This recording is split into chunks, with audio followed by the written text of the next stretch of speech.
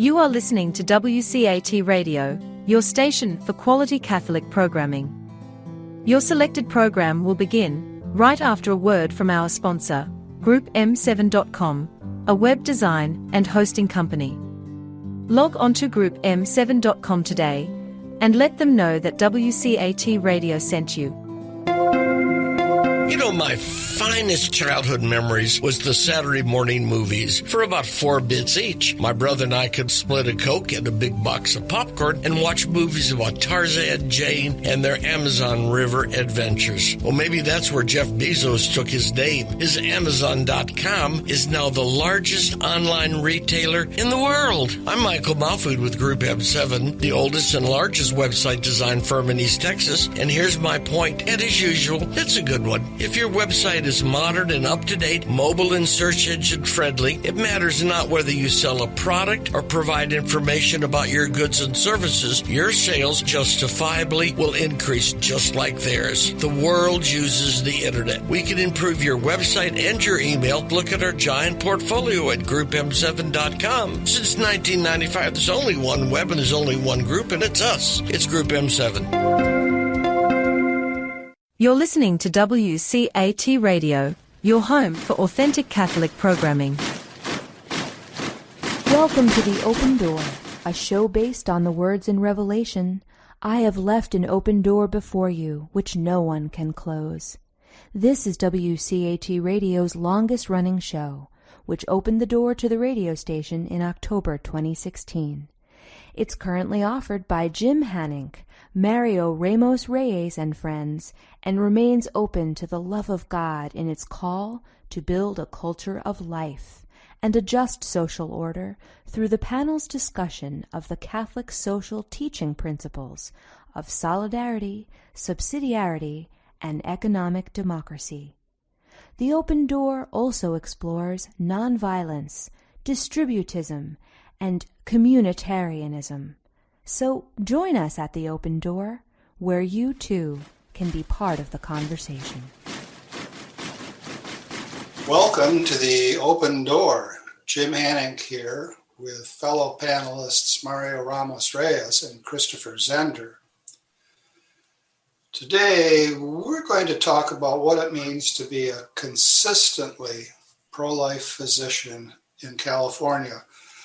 We'll also explore what it's like to serve immigrants, the poor, and the underinsured.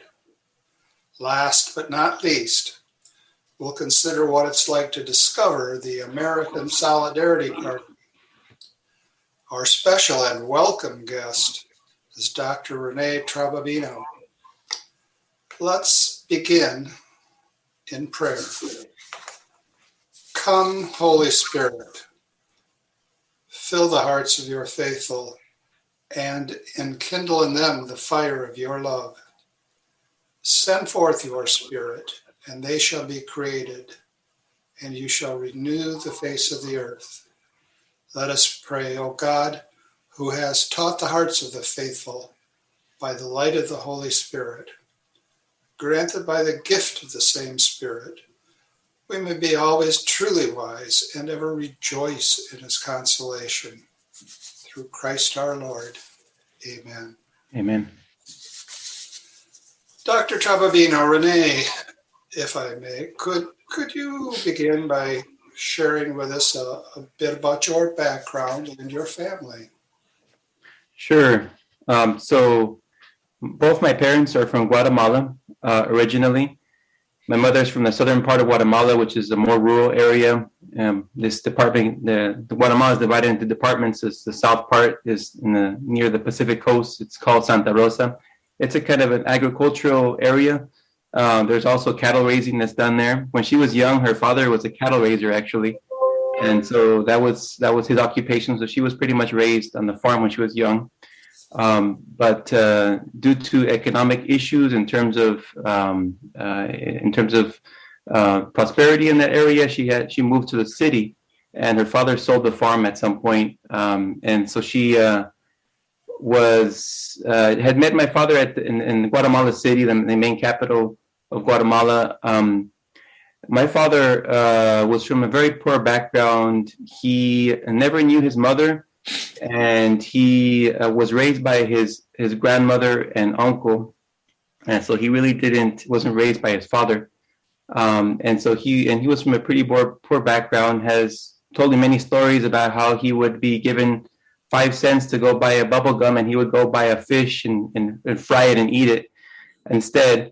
And he really has that knowledge of being poor, really truly poor in terms of material sense. They got married in 1969, and then they got married, and my mother followed her brothers, her older brothers, who were had come out here to Los Angeles for economic reasons as well, and so there was just a lack of opportunities over there for them, and so they moved out here, and so she followed them here, and I was born in 1976 in the Pico Union district of Los Angeles, which is now primarily immigrants from Central America reside there.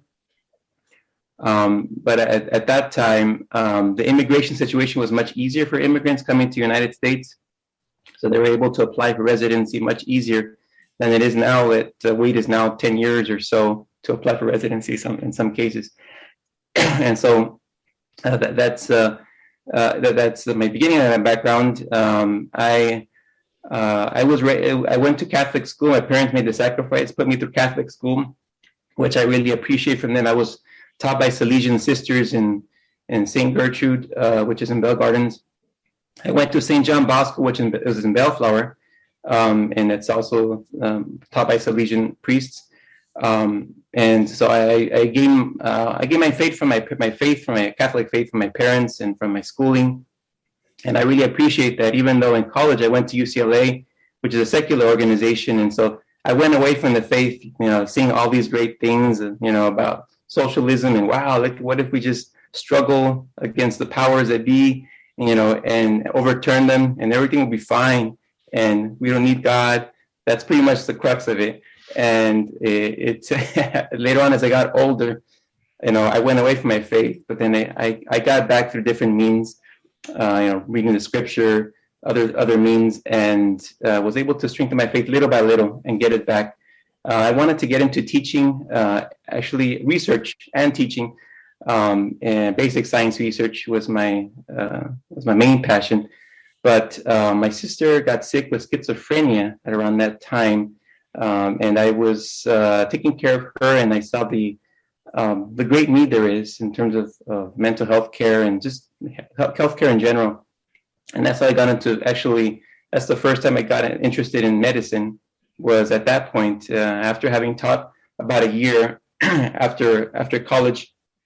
I taught about a year in a high school, teaching science and math in Boyle Heights, a high school named Roosevelt High School.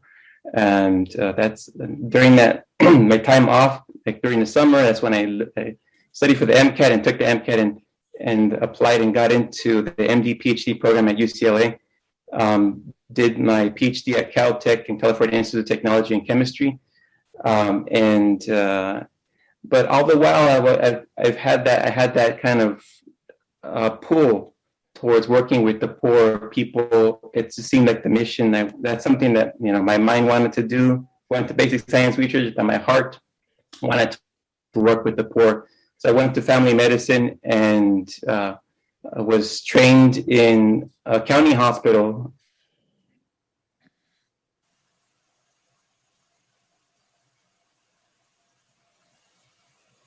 That provided healthcare to people that didn't have insurance at that time. Before the Affordable Care Act, there were a lot of uninsured people, and so that we saw them, and we were able to have that experience of working with low amount of resources to try to provide the best care we could as residents. And after I graduated, I finished residency, I went into practice at a community clinic, federal qualified health clinic, Northeast Community Clinic, which is in downtown.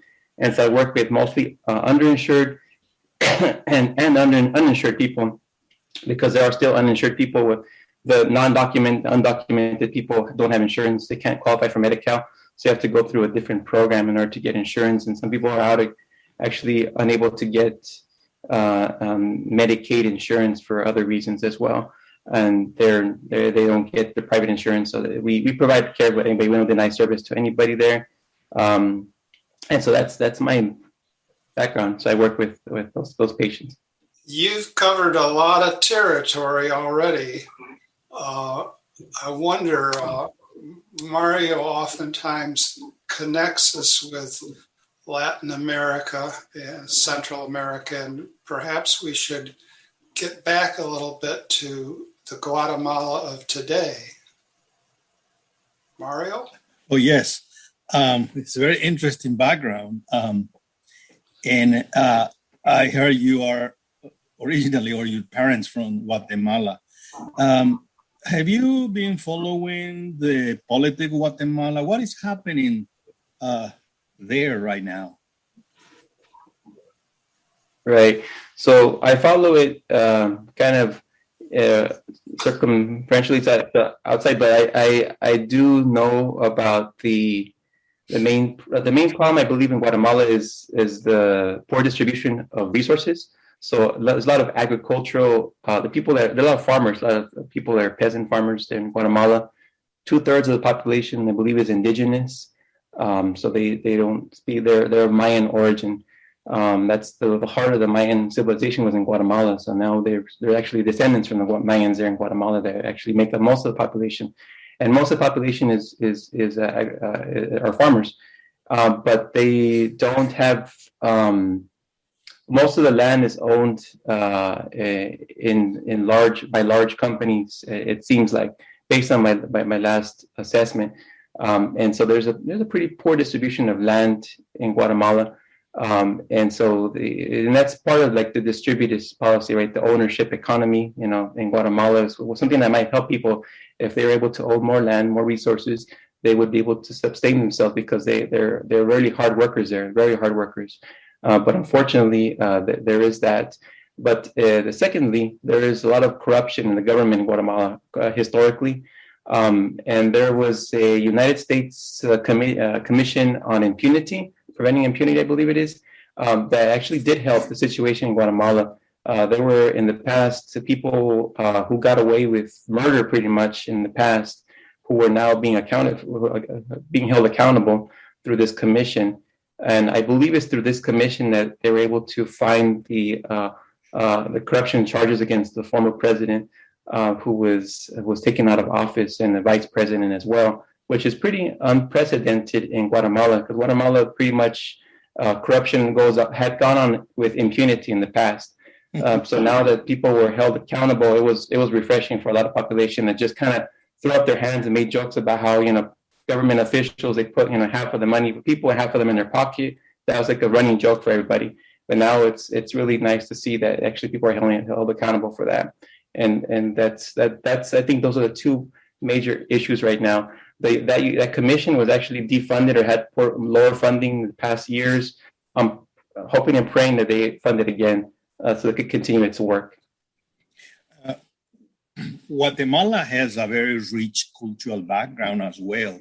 I still remember one of the books that moved me very greatly was El Señor Presidente, Mr. President, by Miguel Ángel Asturias, who won the Nobel Prize in Literature in 1967.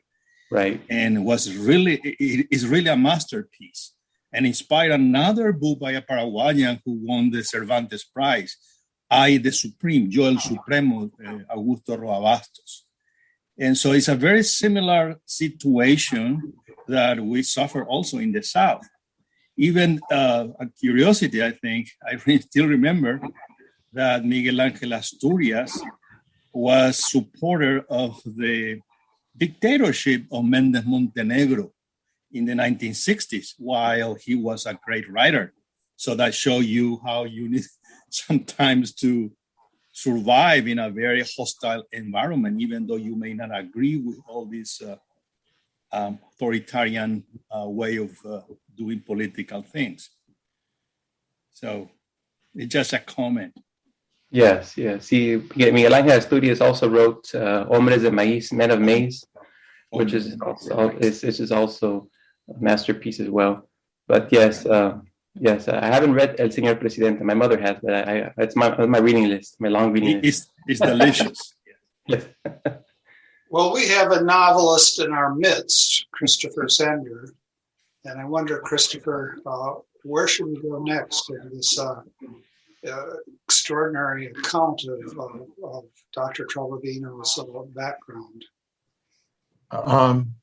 It occurs to me, discussing Guatemala, I think most Americans don't pay much attention to places like Guatemala, except insofar as they impact us.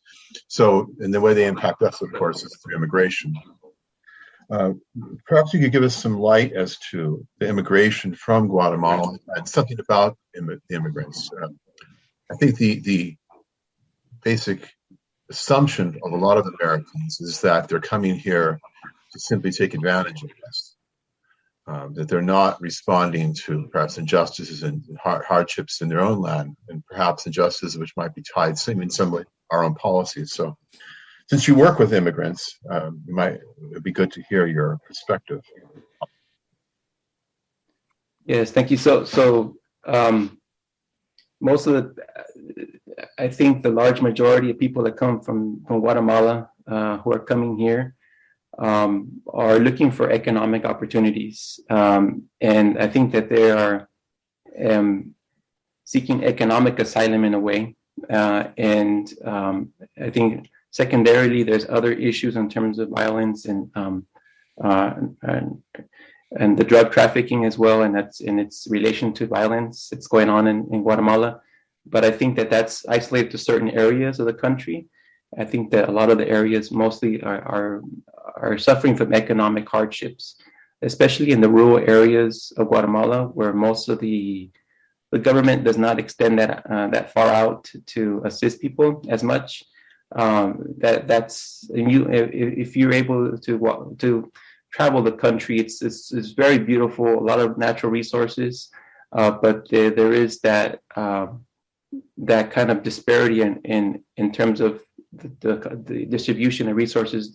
The city itself is very modernized, looks like any modern city, but as you go out, you see these rural areas that people, they live under really poor conditions with housing that's pretty much like laminated roofs in some cases.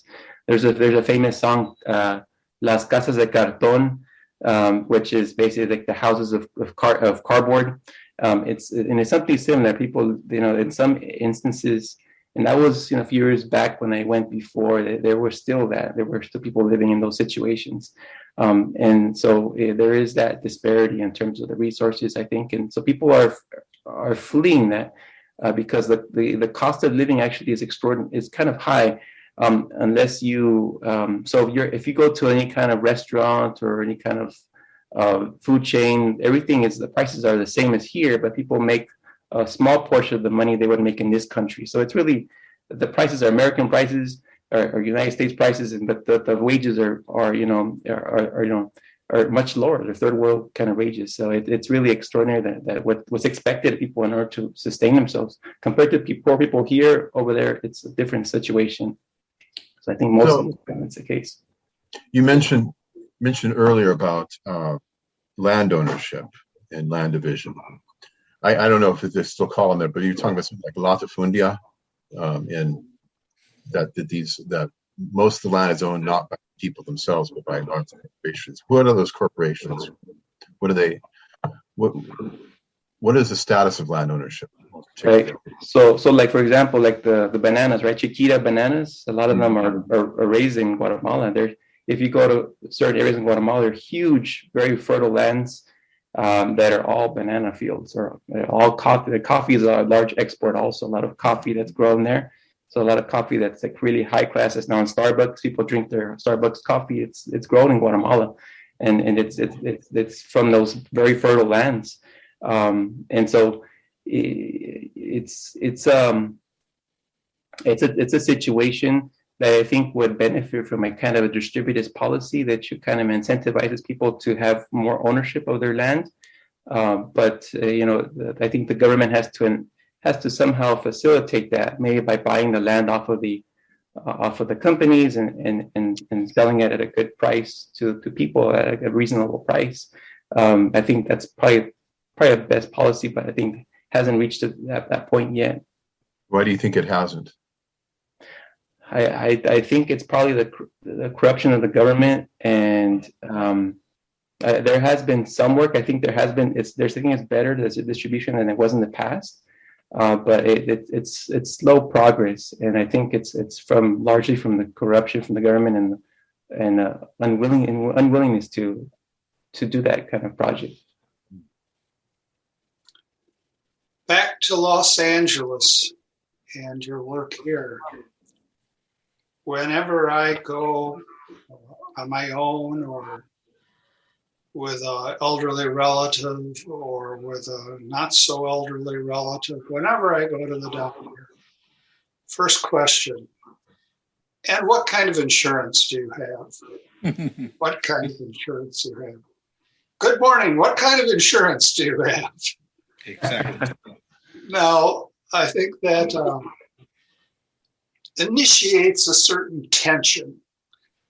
Fortunately, I have some insurance, but so many of the clients that you have inadequate insurance. And how does that affect them, and how does it affect you? And could you explore that a bit with us? So yeah, and that is something that bothered me the whole time, right? Because of my faith, it's like, why are we denying people? Why are we denying people any kind of care? And so that's why I got into that field. I wanted to be in a clinic where nobody was denied care, and so that's I know some clinics they can't do that. You know, I heard stories of Good Samaritan Hospital, denying care to people. So it's like they're Good Samaritan Hospital, they're denying care to the Samaritan. So, but in our clinic, we try to we have the subsidies from the government, so we're able to see those patients, right? And we are able to so federal health, the FQHCs or federally qualified health centers are able to they have subsidies from the government in order to see those patients, right? It's not that we're better than Good Samaritan, but we just have the money to see them because Medicaid and those kinds of insurances, you could lose money from that. You can't sustain the doctors, all the staff, all the tests that are done, which are sent out to a laboratory, which is like a third-party laboratory, which has their own prices. You can't send out to MRIs for patients or other studies because they have their own prices. You can't sustain paying all those people unless you have that help. So, it is nice. I don't have to see all of that because I get to see all the patients, but I know that this happens in the background, and but it's something that is a moral obligation, I think, to be able to provide that care that people need.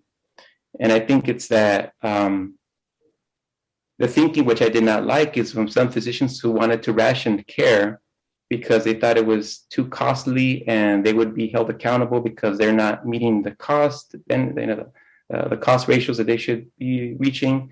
And in the end, that could hurt the care of the patient, especially older patients, because older patients need more care. And in some cases, people say, some physicians, and this goes towards the end, the pro-life physician theme. Some physicians would say they're going to die anyway, so why spend so much money on them? And that's not, they don't say it explicitly, but they mean it. So there's somebody that goes to the hospital that goes for pneumonia or something like that could be treated, right? And the patient has Alzheimer's or some kind of illness that maybe might kill them sometime in the future, but we don't know when. I got a call from one physician one time who told me, oh, this patient needs to be put on hospice care. They need to be put on this program where they don't receive kind of minimal care, and eventually they'll die. And we'll he didn't say explicitly, but he wanted to save resources, save money. And that really bothered me. And I think that's the culture that doctors are kind of pressured under. But I just refuse to kind of play along with that. So I still send my patients, even if they're elderly, I try to provide the best care I would provide to my own parents, and I don't try to ration care. But a lot of physicians don't. They have that pressure. So it's unfortunate. It's not a good situation. But I think that our faith does give us that strength in order to kind of hopefully the policies can be put into place where that is not the case anymore. People are valued. Despite being older or unborn or anybody is valued. A couple of anecdotes. Some people specialize in longitudinal studies, but my own area of concentration is anecdotes. Anyway, a couple of anecdotes.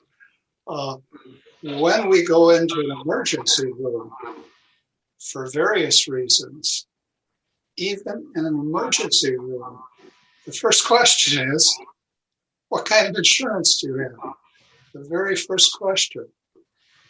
Now, that's anecdote number one. Anecdote number two.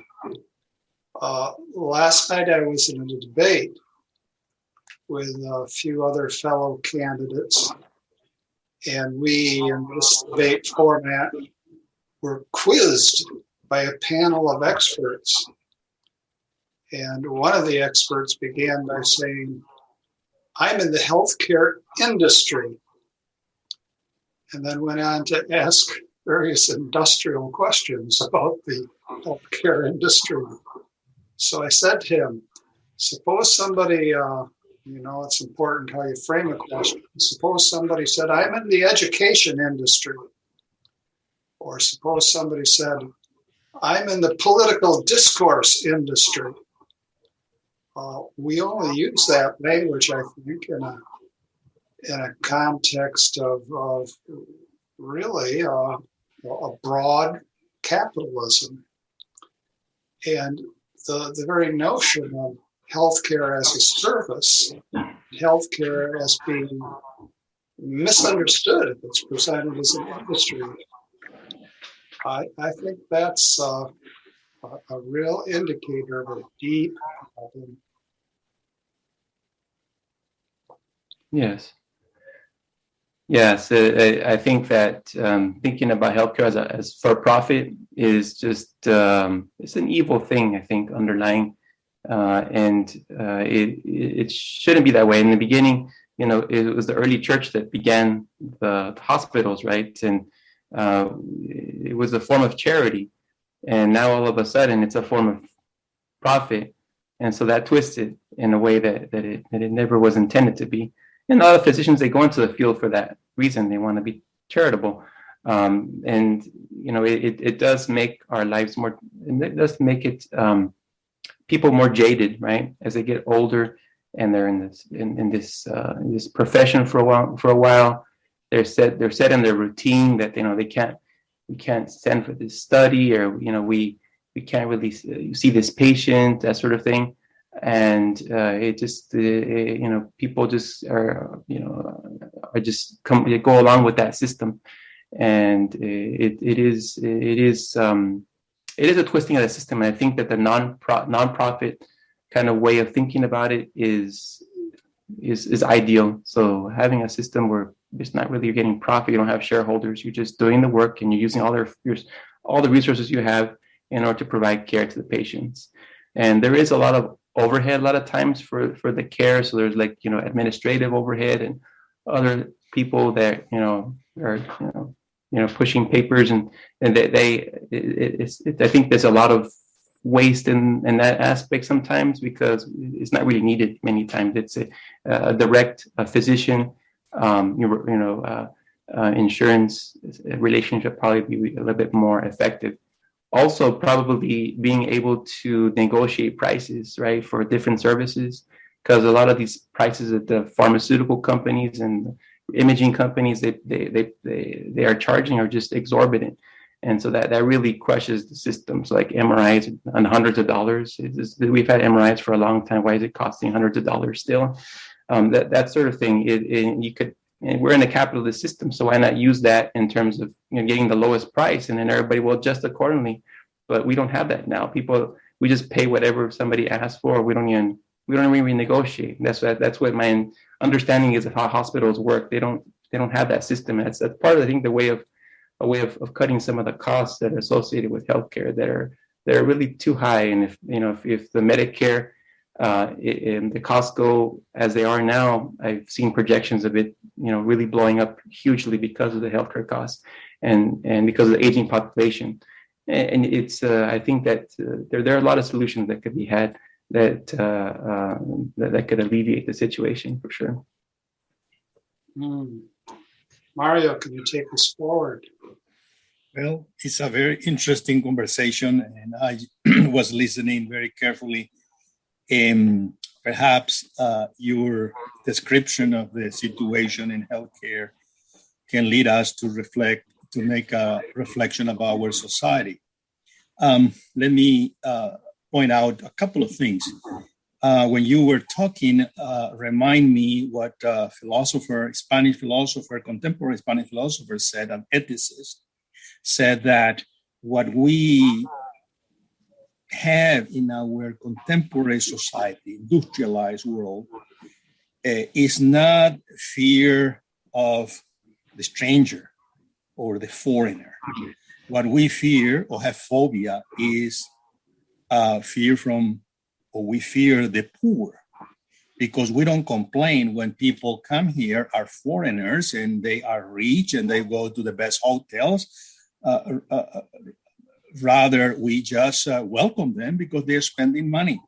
And yet, when some people who has no means is coming here for opportunity, then people are discriminated, are denied services, and so on.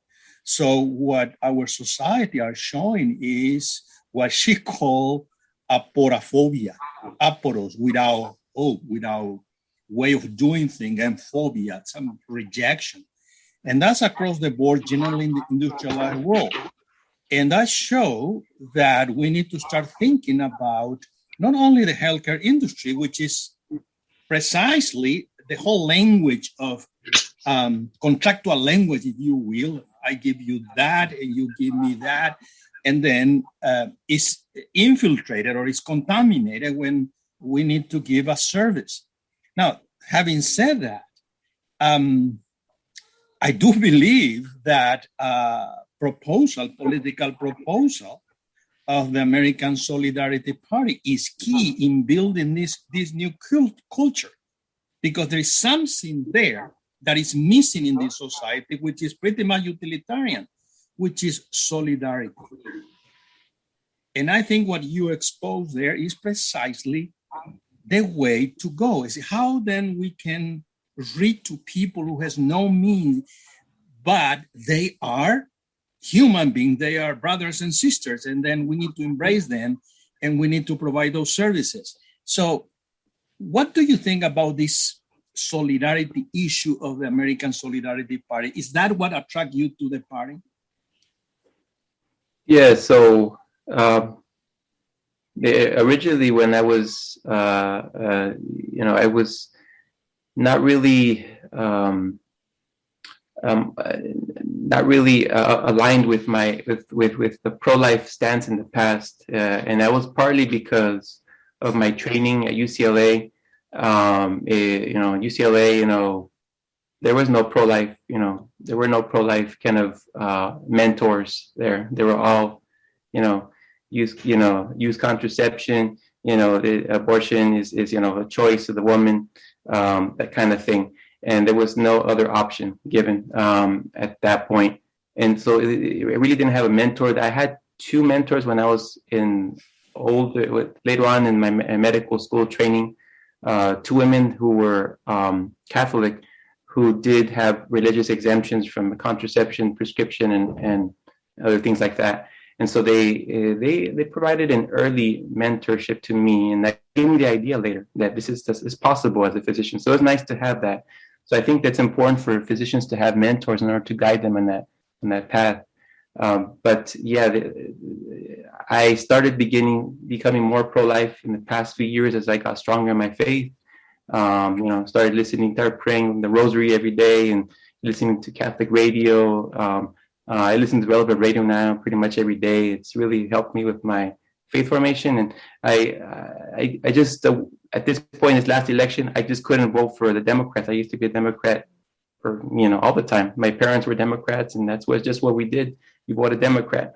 And, that, and also watching this movie Unplanned, that really changed my perspective, because it got behind what's going on behind closed doors in Planned Parenthood and what they really do. And so all that led me away from that, and I just couldn't unconscious do that anymore. Even prior to that, I already had requested, being having a religious exemption from referring patients to abortions in the past, which providers will come if a woman comes to you as a primary care doctor, even as a primary care doctor, and they come, they're pregnant, and they seek an abortion. They need you to sign off on a paper to refer them out. You're not doing the abortion yourself, but you're signing off on a paper that can refer them to an abortion. And so that after doing that for a few years, I just weighted on my soul, and I couldn't take it anymore. I told the supervisor, I just can't do this anymore. It was after a lady who was being 14 weeks or something like that. I just couldn't take it anymore. And I said, I can't do this anymore. I don't care if I don't work here anymore. I can't do this anymore. And at that point, then that's when I found that there is a way of doing it. There's a way of not having to do that, not having to violate your conscience. And I didn't have that kind of the guidance from anybody. And so that I think that's important for physicians that are pro-life to get together to unite and to be able to mentor other medical students that are coming through. And so, to answer your question the roundabout way, I got into the party because I couldn't vote for the Democrats anymore. And I certainly couldn't vote for Republicans anymore because of their stance on immigration and the poor and cutting food stamps and all those things. It just was contrary to what Jesus had taught us to do. To not reject the stranger and the unclothed, the clothed, unclothed, all those things, all those commandments. So that's where I was searching, and Kanye West was a popular guy who was pro-life, and so maybe this guy could be the right one I could vote for. But on the California ballot, he was vice president on the ballot, I believe was put, and so he wasn't actually on the ballot even as a write-in.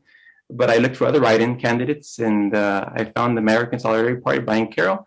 I looked it up, and wow, this party exists. I didn't know anything about it before. I had no idea about the party before. And wow, this is it. This is what I've been looking for. It's something that aligns with the faith and with my faith. And so at that point, then as I really started getting involved more thoroughly with the American Solidarity Party. And it's been kind of a mission for me, because politics has been pretty much corrupted up to now. And there is not really a moral kind of perspective. There's no really search for the truth across the board, only half truths for some things, but twisted truth for other things. But the American Solidarity Party seeks to find the common ground based on truth, and based on we're informed by our Christian tradition.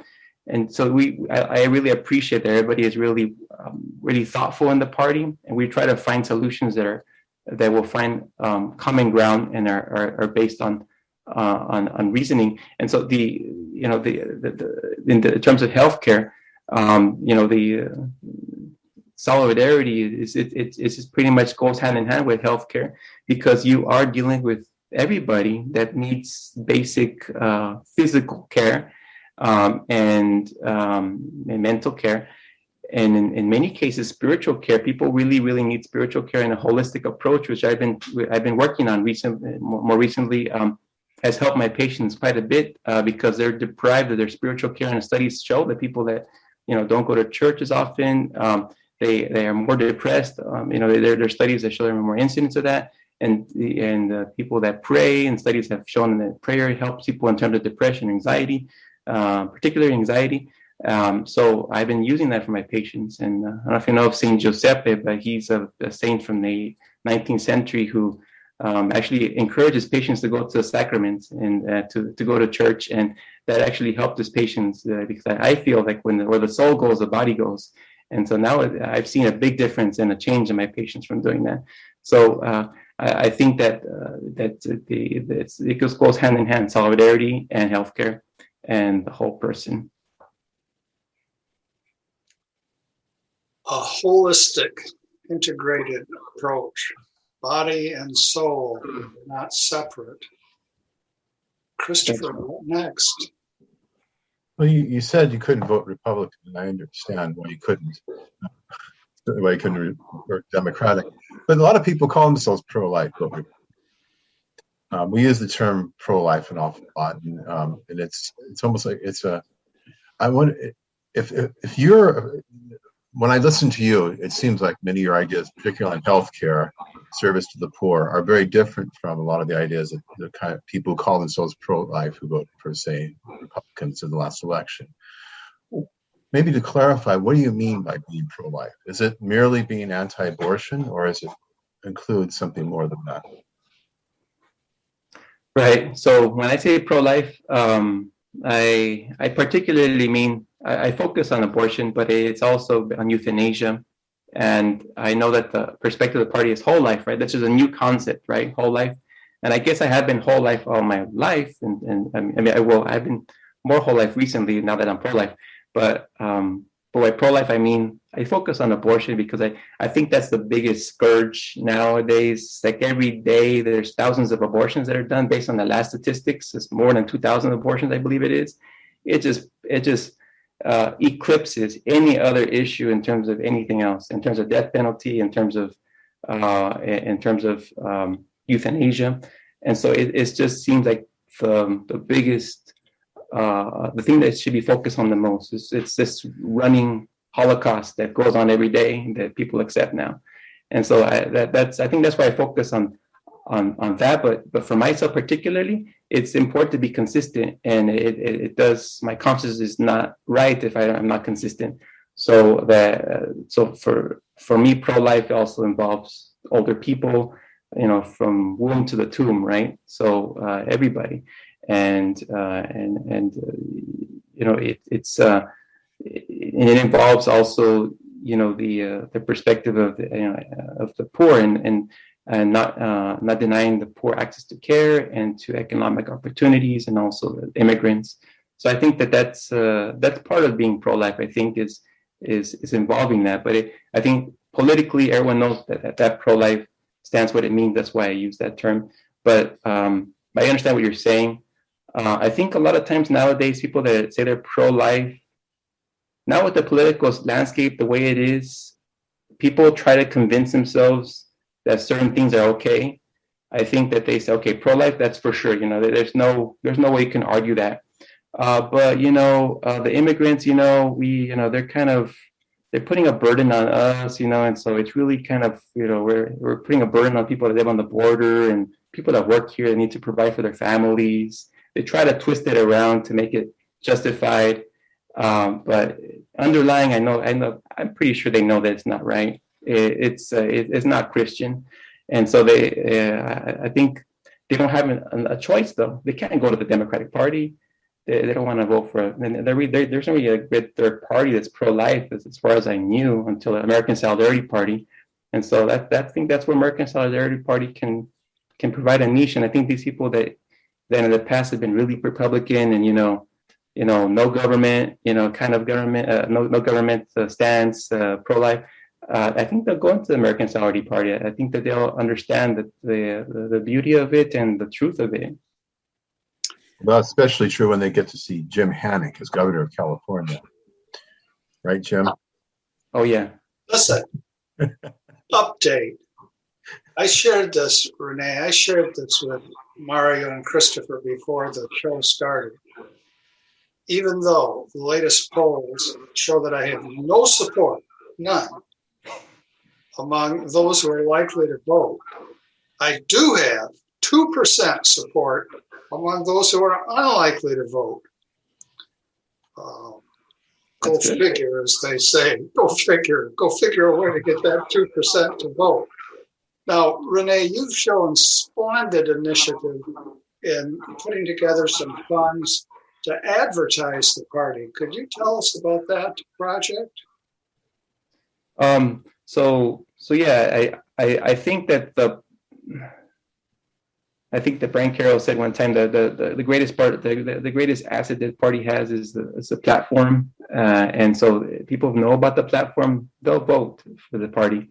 It doesn't matter who is on the ticket, because the platform indicates what the person stands for.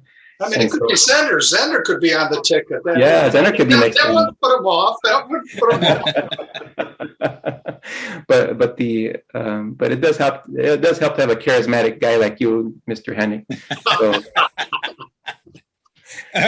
who has such great jokes, It's like you can't buy that. So, yeah, so it's I was working on. I think that people, if they know about the party, they'll be able to vote for the party. And I think I don't know if they've had any surveys done, but I'm suspecting that less than 1% of the electorate knows about the American Solidarity Party. That if we get that up to 20%, 10%, we will have a great amount of people voting for the American Solidarity Party.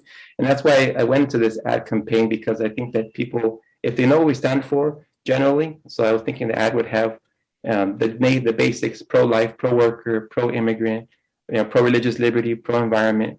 People will know, hey, wait, this is the Democratic Party, Republican? What is this? Wait a minute, this is all I stand for. And they'll vote for that party. So I think if the people know about it, they'll vote for that party. I think it's the main thing. We just need exposure of the party and more recognition. We do indeed. We do indeed. Mario. Yeah, I have a question. You said your parents came from Guatemala, and generally people who come from Latin America are faithful Catholic most of the time. But generally, the first generation who are educated here are not as faithful as their parents are. And then sometimes become, what you say, some pro-choice, and then go to college, and then move away from the faith. To what extent do you think this phenomenon is true? So yeah, I think that is the case for the first generation children of immigrants, that they tend to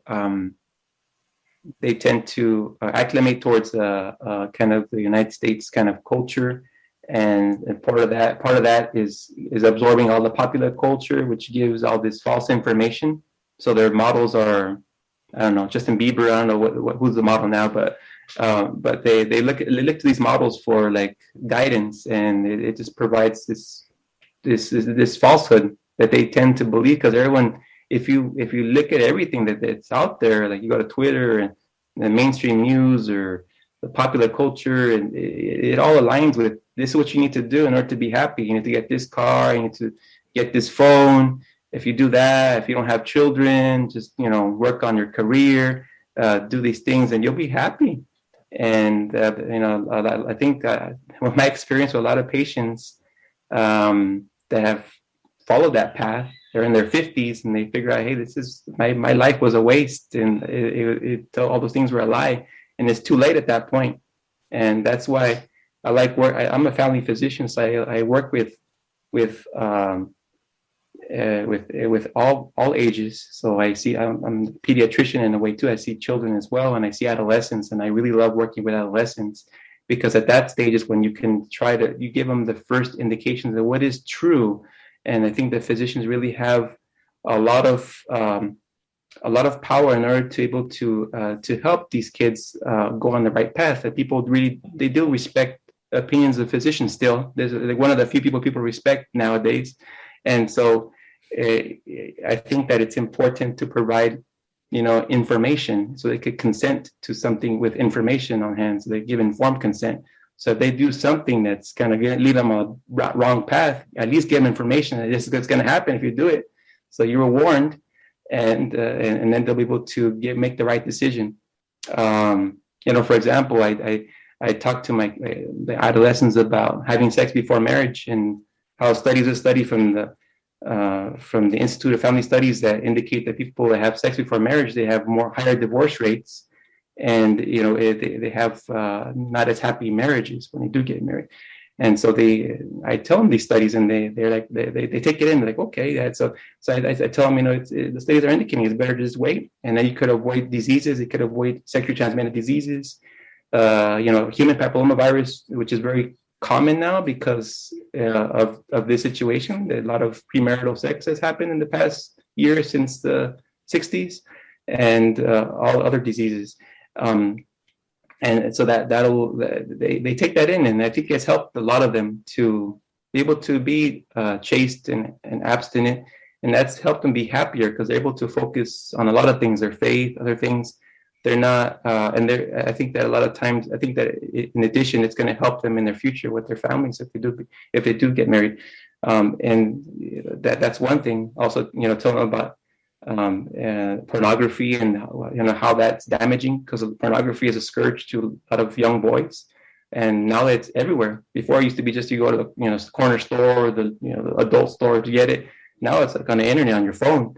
So I tell them about the studies that indicate the damage that it does mentally to people and in their relationships. And at least they have the information to be able to make the right decision. And also the benefits of prayer, I tell them about that. And the benefits of, really practicing their faith, I tell them about that. And I share my faith sometimes. I share that I'm Catholic, and they see a model, somebody that practices their faith, and they're a physician, they have a family, maybe it'll work out. So people they don't provide that sometimes, and physicians are in the position to be able to do that, and it's out of love, and it's out of concern for these kids that I do that, and I think that it's important to give that information, because in society now people don't have that information, and that's why we've gone down this path that pretty much we have all lies everywhere. People don't say the full truth of what are the ramifications of doing certain things. And, that's why I try to provide that. Even in the Garden of Eden, right? Adam and Eve, they got informed consent, right? God said, if you eat from that tree, you will die. Okay? They got the information they needed, right? To make their decision. And they made their decision based on that information, right? They had informed consent. So people now need that. They need to know, like, this can happen if you do this, and I think it helps them, I think, along the path.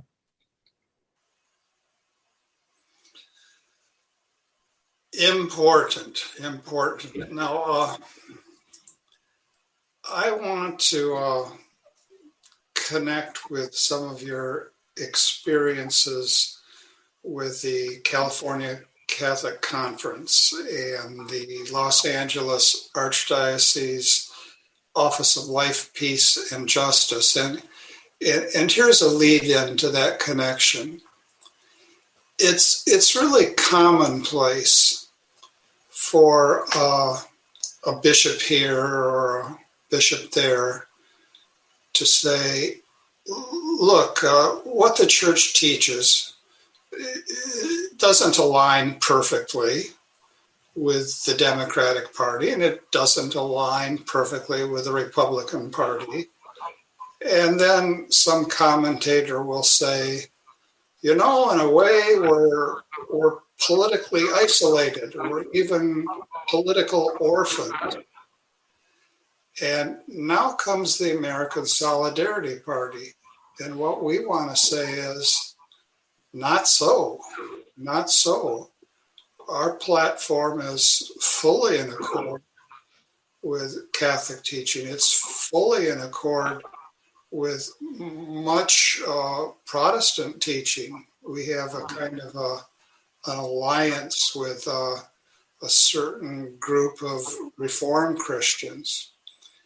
And how do we make this known to people like the bishops, people like the Catholic Conference of State Number 1, State Number 2, State Number 3? I happened to read, and I think a number of people in the party from time to time read a journal called First Things. And in that latest issue of the journal, there was an overview of thinking in the church today by a fellow who has a column, a regular column in the New York Times. But the American Solidarity Party went unmentioned. And what I like to do is get on my Harley and go cross country and say, listen up, guy, listen up.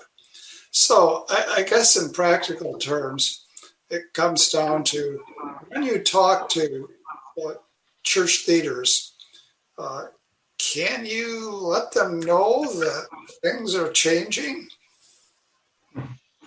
Yeah, actually, I've had the opportunity to, well, I'm in my parish. I'm part of St. Vincent de Paul ministry is there as on the side. So we work with homeless and people that suffer, that have issues in terms of housing and evictions. And so I had connections with the Office of Life, Justice, and Peace even at that point. But now with the American Solidarity Party, I've been working with Isaac Cuevas, who works over there, and also Kathleen Domingo, who you know as well. And so we've been working on this end of SB 380, which is the euthanasia bill, the expansion of it, and trying to defeat it. So we've been trying to work together in collaboration in terms of the work with the church itself. So that the Catholic, the California Catholic Conference, it advocates for the church, and it's in terms of dealing with policymakers, and it's pretty much like a advocacy group for the church teaching in the capital of the state.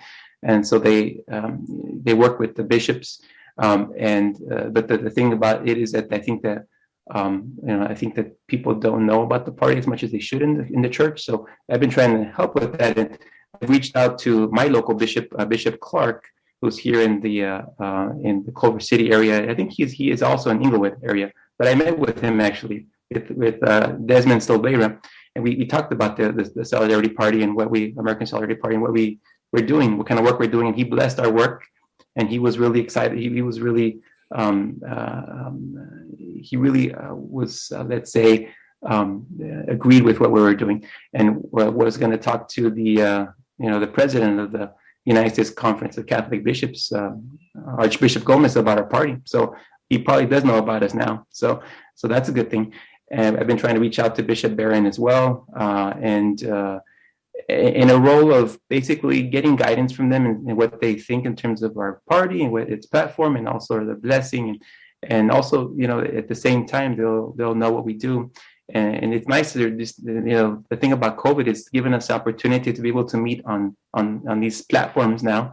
And so be able to meet, pretty much more readily now, and that was nice to be able to meet with the bishop on this platform, kind of similar platform, and hopefully we could do that with other bishops that are farther away. So there's a lot of opportunity there. Well, you are a superb spokesman for us in those cooperative efforts. Christopher, we're getting close to the end here. Final thoughts? I'm just curious. So, having been a California refugee living in Ohio, there are a lot of conceptions about California. I wonder, what is it like? So I've heard people express that in the United States as a whole, but especially a place like California, it's going to be almost impossible for a man of conscience to be a physician. Is that happening? Is that getting closer, do you think, or is that just a lot? Yeah, so as you know, the policymakers, the politicians have been trying to, they're pretty much persecuting the church and any church and related institutions like hospitals or Catholic hospitals, are trying to force their hand to violate all their consciences. And I think and that happens across the board. There's not really easy path in order to get conscience protection. I would appreciate it that the Trump administration had the agency that helped get complaints about conscience violations, and that's something important that policymakers can do is provide an outlet for people to be able to easily file those complaints and without fear of repercussions. But yes, you do feel, especially I work in a secular organization, I've had in the past felt like a martyr in a way, that for the things that I do, I've been, deprived of things that I would normally have done. They don't make it easy to do it in terms of filing for these religious exemptions. They make it sound like Medicaid, they really can't pay us if we don't provide all the services that they really need to require to be provided. And so it puts them at a loss if we don't provide abortion, like access. We won't get funding from the government, from Medicaid, which is taxpayer funded, if we don't do this. So they make it seem like, oh yes, there's no other option. but there is an option always. And I think back, my wife read this book called The Nazi Doctors. As you know, during the Holocaust, doctors were involved in, directing people towards the gas chamber or being killed. They would provide injections to kill people, like lethal injections. And they would do this under the situation that, I'm just following orders. I'm just falling under this situation. It's the law, and it doesn't matter what my conscience is the law. I can't do anything else. You don't have to do that. You have to have conviction as a physician, especially because you're provided this opportunity that is God-given to be able to provide this care and to this influence, and you should use it adequately. Those that are given more are expected more, right? The scripture says so. You as a physician, I feel that burden. I haven't done enough. I do more, and it's because I've been provided this opportunity. So I think that physicians need to not be cowards, and we need to have conviction, because we are in the position we that we could provide that kind of guidance. I'm part of the Catholic Medical Association, which is I never was part of the American Medical Association. Originally, they were against universal health care, and now they're for eliminating sex from birth certificates. And so they're just a mess that is not based on science and just based on ideology. So I'm not dealing with that. I never liked them. They send me their journals, but I think that physicians, especially pro-life physicians, need to gather together and form an organization. I think the Catholic Medical Association provides that kind of a way of being able to have a different group to lobby and the policymakers. They know that there is a different perspective on these issues, and there's a lot of different other pro-life organizations, OB/GYN organizations, and pediatrics organizations as well.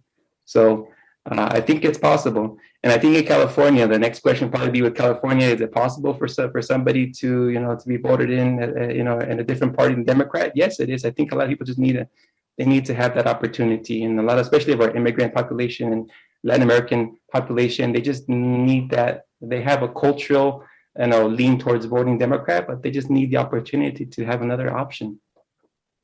Well, we have Jim. He's our option. He's the option. That's right. As long as he stops finding so many jokes.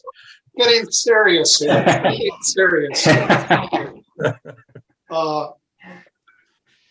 Pope Emeritus Benedict XVI quite often used a Latin phrase, et si Deus non doretur. A rough translation would be, as if God didn't exist. And when we have debates about conscience, I think oftentimes conscience is understood as one's serious convictions and convictions that one would feel bad about not following. And so someone says, well, that's against my conscience. And then the opposition says, well, it would be against our conscience not to. And so which conscience is going to prevail? Well, which conscience prevails is a function then of the law. The consciences of some people have legal support, and the consciences of other people don't have legal support. And then the debate goes on, and someone says, how could we do it differently?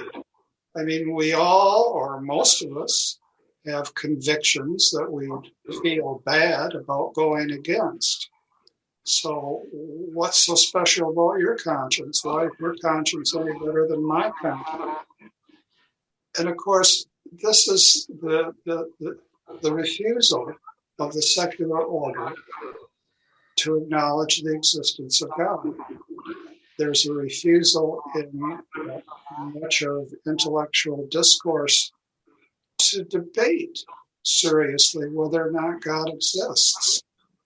A lot of the debate is carried on by arched eyebrows and shoulder shrugs. So conscience as decisive, I think, depends on one's acknowledgement of God, and conscience as God speaking within one's heart. Newman says famously, conscience is a judge, but it's also a vicar. It's practical reasoning, one's last best exercise of practical reasoning. But it's also simultaneously the voice of God speaking in one's heart. And that's something that I think is almost unfathomable in the waiting intellectual discourse and in actual institutional life. So, just as you're supposed to do theology on your knees, I think we need to do politics on our knees. I think that's important as well. For sure. Or medicine. And on this show, we always end with God's word, which is sharper than any two-edged sword.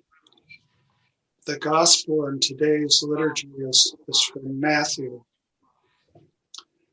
At that time, Jesus withdrew to the region of Tyre and Sidon. And behold, a Canaanite woman of that district came and called out, "Have pity on me, Lord, Son of David. My daughter is tormented by the demon." But he did not say a word in answer to her. His disciples came and asked him, Send her away, for she keeps calling out after us. He said in reply, "I was sent only to the lost sheep of the house of Israel."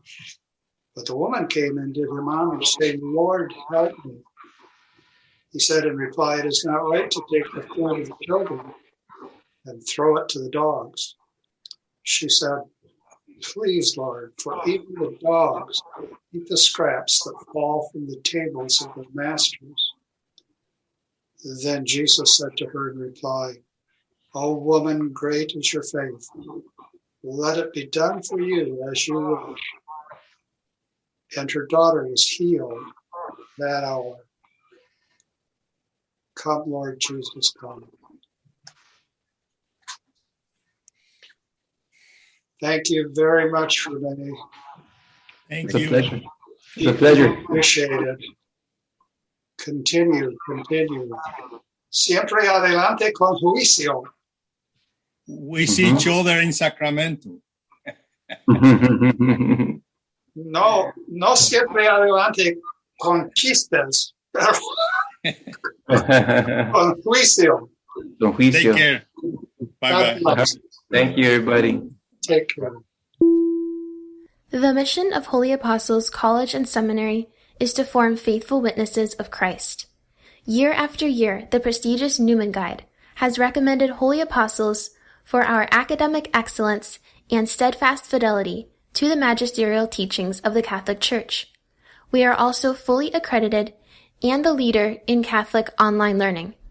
Our students enjoy the unsurpassed flexibility to study on their own time and anywhere in the world through asynchronous engagement. Holy Apostles is dedicated to the relentless pursuit of truth, which allows students in all academic programs, including undergraduate, graduate, and personal interest, to formulate a coherent worldview based on both faith and reason. The study of the liberal arts also develops and refines key competencies associated with career readiness, such as critical thinking and problem solving, clear communication, collaboration, and a strong work ethic. The tuition rate at Holy Apostles is one of the most affordable in the country. Yearly tuition for a full-time undergraduate is under $12,000. Students at Holy Apostles can graduate with minimal or even no college debt, which enables them to live out their calling as faithful witnesses of Christ without heavy financial burdens holding them back. Please visit www.holyapostles.edu/admissions for more information. The fall 2021 admissions deadline is Friday, July 23rd. Classes start Monday, August 30th. See you soon. Hello, God's beloved. I'm Annabelle Mosley, author, professor of theology, and host of Then Sings My Soul and Destination Sainthood on WCAT Radio. I invite you to listen in and find inspiration along this sacred journey we're traveling together to make our lives a masterpiece and, with God's grace, become saints. Join me, Annabelle Mosley, for Then Sings My Soul and Destination Sainthood on WCAT Radio. God bless you. Remember, you're never alone. God is always with you.